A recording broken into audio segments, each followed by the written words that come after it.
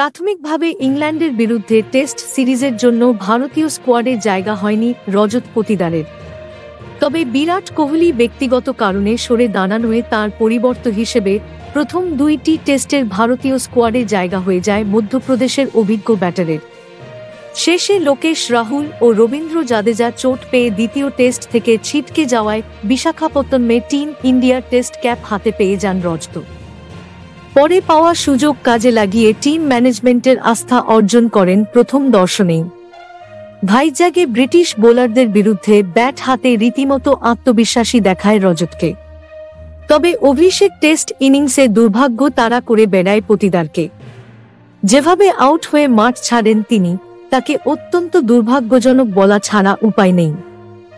ম্যাচের প্রথম দিনে ভারতের প্রথম ইনিংসের 50.4 ওভারে শ্রেয়স আইয়ার আউট হলে ব্যাট হাতে মাঠে নামেন রজত।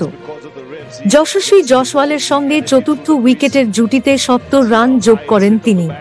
তবে গোল বাঁধে ইনিংসের 70.1 ওভারে।